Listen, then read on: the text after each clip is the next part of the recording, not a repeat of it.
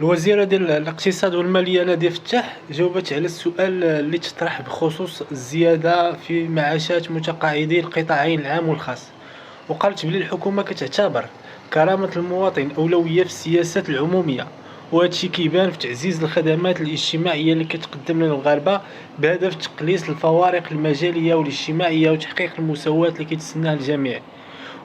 وزادت الوزيرة وفي هذا السياق خصنا نشير للعناية اللي كتعطيها الحكومة لفئة المتقاعدين، وهذا الشيء كيبان مثلا في مراجعة نسبة الإعفاء من الضريبة على الدخل اللي كتنطبق على المعاشات، واللي كتمكن المتقاعدين من خصم واصل 70% قبل ما تنطبق عليهم الضريبة.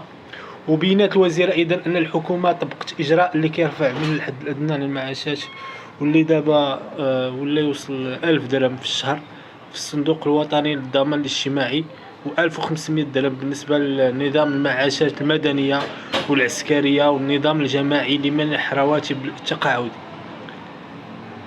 انتهى كلام الوزيرة. أما هذا التحليل الشخصي ديالي، فمن خلال التصريحات ديال الوزيرة نادية فتاح كيبان أن الحكومة كتحاول تعطي انطباع بأنها كتخدم على تحسين الوضعية الاجتماعية للمغاربة، وبالخصوص فئة المتقاعدين اللي كتمثل جزء مهم من المجتمع.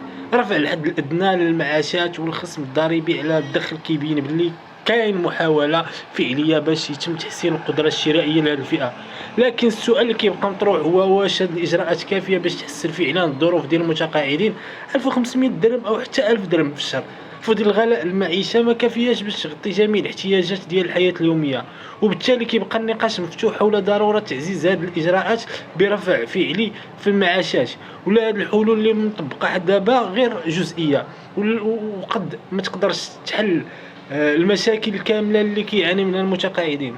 الحكومة كتقول أن عندها نية واضحة لتحسين الوضعية، ولكن التطبيق على أرض الواقع هو اللي غادي يبين واش فعلا هذه السياسات غادي تخرج المتقاعدين من الأزمة، ولا غادي تزيدهم غير في التدبير ديال الوضع اليومي الصعب اللي كيعيشوا فئة المتقاعدين في المغرب.